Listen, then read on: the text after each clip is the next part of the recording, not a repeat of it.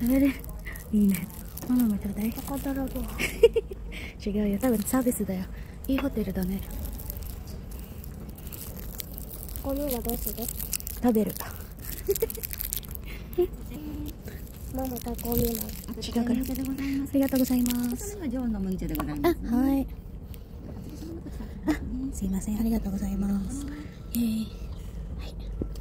チェアス。何これ？お茶。綺麗。綺麗だね、ケンケン。綺麗。見て、普通の。本当だ。あ、溶けちゃってる。そうですね、今日暖かいんですね。Hello guys! So ngayon lang ulit nakapag voice over. So after nga namin mag strawberry picking, diretso naman kami dito. Sa Kikugawa Grand Hotel nga pala kami nagstay. Halos nga lahat ng katabi ng hotel na to, napagstayan na namin.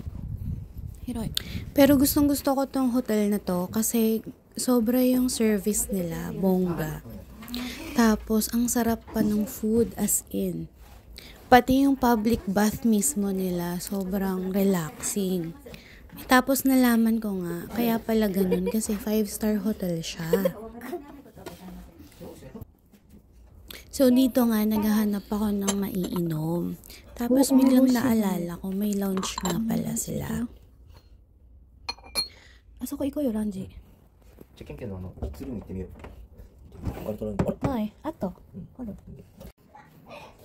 So, eto, nandito na kami sa lounge.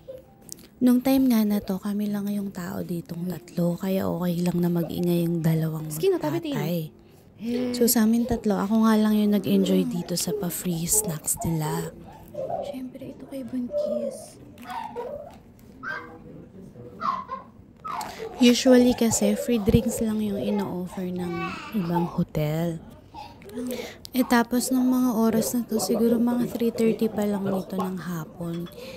So, medyo malayo pa yung dinner time. Kaya, okay lang din na ganyan, kumain-kain muna dyan, inom-inom muna habang may time. So, dito nga, gumagawa ko ng chamomile tea.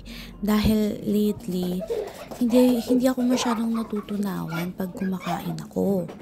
Actually, yun yung isa sa mga struggles ko lately, lalo na sa gabi. Bukod sa mabigat na nga tong tiyan ko.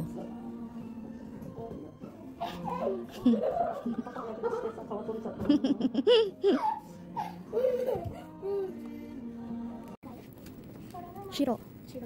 So, ito nga, after namin mag-tea time, dito naman kami sa parang game corner nila. Ito talaga si Ken, hindi ito mapakali kapag hindi niya makuha lahat ng nandyan. All kinds ng kung anong meron dyan sa UFO catcher na yan. Yung tatay ganun din. Kahit maggumasto sila ng magkano basta makuha nila yung tatlong kulay na yan. Ay, arigato! Mama ga hoshikatta. Konwa. Jozu Ken-ken. Nani, mata toreta no? Mishite. 2つ取れたの？イエーイ、すごい上手、お兄たん。かいくんどれ？すごいじゃん。ケンケンどこ入りたい？どっち入りたい？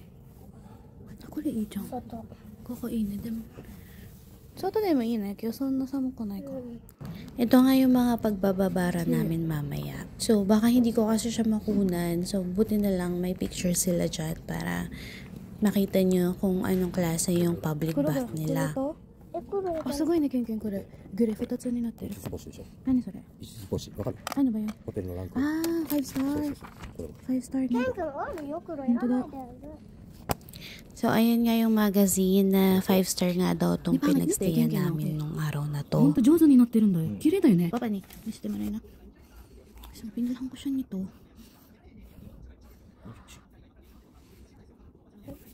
Natutuwa lang talaga ako kay Ken kasi talagang nabawasan yung pag-iPad niya. Dahil lately, talagang gustong-gusto niya na nagdo-drawing siya. So, ito nga, nakapagnap nga kami ng konti bago mag-dinner. Pero si Ken, inubos niya talaga yung oras niya kakadrawing. So, ayan nga, kita ko nga sa oras. Sabi ko, gigisingin ko na yung tatay ni Ken kasi nga magdi-dinner na. So, syempre, as usual, ito na naman kami yung course type, yung pinili namin. Actually, may buffet din sila. Ito yung part na yon. Pero kasi, alam ng papa ni Ken na gusto ko talaga yung Japanese food mismo.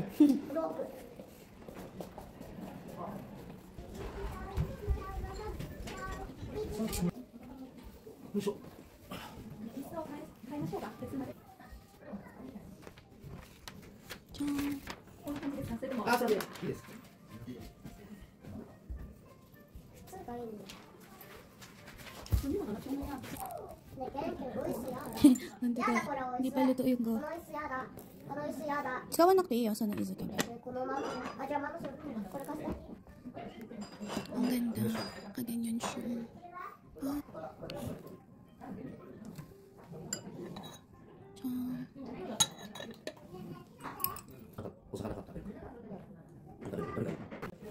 So, ito nga yung first na dumating, yung sashimi.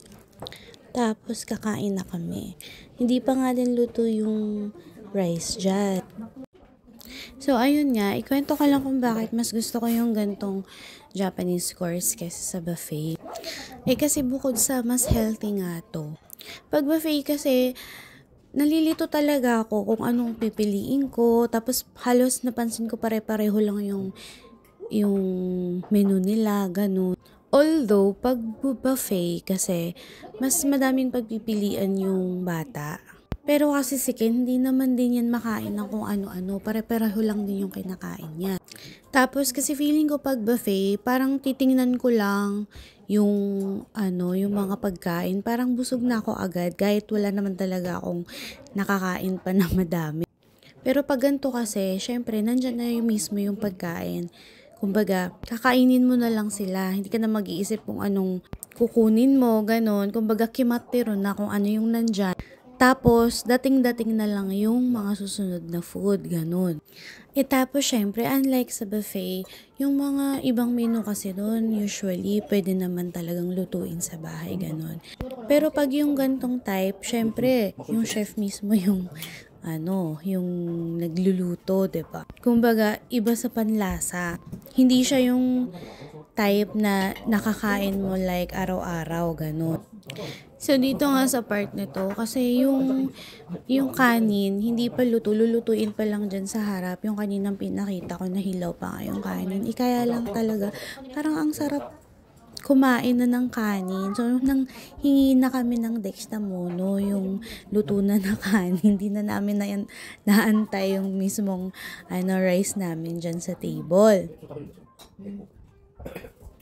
So, sa mga nakakapansin pala kung bakit kumakain pa rin ako ng raw food, ng sashimi, o kaya bakit nagbababad pa rin ako sa okuro. Jai, normal lang yun lahat dito sa Japan. I mean, syempre, depende pa rin sa health condition mo, kung maselan ka or what. Pwede pa rin naman mag-consult sa doktor. Pero ako kasi, since nung kay Ken, ganito pa rin ako. Kahit nung malapit na akong mga anak, todo babad pa rin ako. Although, pagdating naman sa raw food, nag-iingat ako. Hindi ako makain sa mga Hyakuen sushi, ganon. Pinipili ko yung umise or yung shop na kakainan ko. Tapos, yung offer nga or yung hot spring, okay lang din. Hindi lang ako nagsasauna. So, ayan nga, tuwang-tuwa nga sa akin yung papa ni Ken pag kumakain kami ng ganito. Kasi lahat talaga, kinakain ko. Wala akong masyadong pili sa food. Parang na-appreciate niya kapag kinakain ko yung food nila. Ganun kasi sabi niya nga, kakaiba nga daw ako sa mga ibang Filipina, ganyan, or sa ibang foreigner. Kasi yung iba, hindi sila kumakain ng lahat ng nandyan. Pero naman, nanggaling din naman ako sa ganun. Siyempre, nung baguhan lang ako sa Japan, hindi rin din naman ako makain ng kung ano-ano. Depende sa kung paano ko tingnan yung food. Pero syempre, sa tagal ba naman na nandito ako sa Japan, ewan ko lang kung hindi ko pa makain lahat ng pagkain nila, diba? So, sayang din. I mean, nanghihinayang din ako dun sa iba na hindi na-appreciate yung pagkain dito sa Japan. Kasi, as in, sayang talaga. Sobrang sarap kaya, tapos sobrang healthy, ganun. Tapos, maiba nga pala tayo ng topic. So, sa mga nagtataka, bakit ganado pa rin ako kumain kahit medyo malapit na akong manganak? Kasi nga, Zay, itong mga nakaraang check-up ko, pag nagpapa-check up kasi, syempre, diba, kailangan magtitimbang, tapos yung blood pressure, kung okay yung blood mo. Tapos, yung wiwi mo, ganon, diba? Ganon tayong mga buntis. Yung timbang ko kasi, hindi siya umaakyat ng malala. Minsan, 0.15 grams lang, ganun, sa loob ng 2 weeks. Tapos, isang buwan, plus 1 kilo lang ako, ganun. Ito nga, magna 9 months na nga yung tiyan ko. Magmula nung nabuntis ako, plus 8 kilos pa lang ako. Unlike kasi nung kay Ken dati, as in nag-overweight ako, napapagalitan ako every time na nagpapa-check up ako. Dito naman sa pangalawa ko, makain din naman ako. As in, mayat maya yung kain ko. Pero yung timbang ko talaga, hindi siya bumubonggang taas. Pero yung baby, mabigat siya, Zay. So, ayun nga, siguro lahat ng kinakain ko napupunta sa baby, which is better. Tapos siguro, sa kinakain ko na din, kasi talagang balanced diet naman, as much as possible, balanced diet talaga yung kinakain ko, yung hinahanda ko sa sarili ko, or pag kahit kumakain kami sa labas. Uy, pero mayat maya yung kain ko ng matatamis. Pero yun nga, wala namang sinasabi na complications or yung kulang lang talaga ako sa iron, kulang lang ako sa dugo. Yun lang naman, pero ayun, may binigay naman na gamot nga sa akin, which is iniinom ko pa rin siya. Pero nag-iingat pa rin ako kasi baka mamaya kung kailan malapit na talaga ako manganak, dun mag-level up yung timbang ko. So, todo ingat pa rin ako para hindi ako mapagalitan ng doktor. Dahil nga stricto yung mga doktor dito sa Japan. Tapos unlike nung kay Ken kasi before, talagang nahirapan ako magpapayat, lalo na nung nag-breastfeed ako. Breastfeed pa rin naman syempre itong pangalawa ko. Kahit wala akong pakialam, kahit tumaba ako ulit, basta yung mga baby ko, yung mga anak ko, mga healthy, hindi sakitin, ganon. Okay lang naman yan. Magpapayat na lang ulit pag carry na, ganon.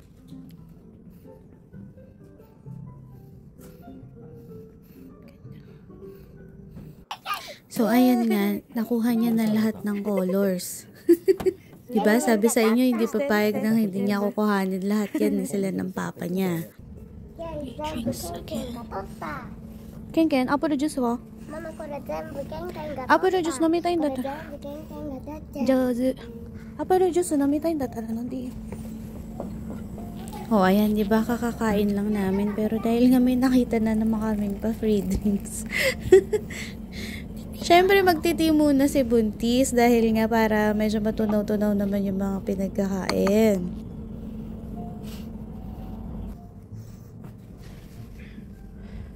So, nandito nga kami sa pa-light up ng hotel. Ang ganda ng araw na to, hindi siya malamig nung time na nagpunta kami dito. Kaya tunaw na tunaw yung mga snow. Tapos ito, magbababad na kami ni Ken. Tapos, after nito, matutulog na din agad. Pero hindi, after namin magbabad, ayan nga, nagutom daw yung papa ni Ken. So, may palibreng ramen na naman kasi dito. As in talaga, sobrang ganda ng service ng hotel na to. Parang hindi ka gugutumin. Alam mo yun? Parang lalabas ka ng hotel kinabukasan na sobrang busog na busog ka talaga. So, si Ken, nag-juice lang kasi busog pa nga daw siya. Tapos ako, busog din ako. So, sabi ko, titikman ko lang din yung ramen. So, ayun lang muna for today. Thank you for watching. Mata ne!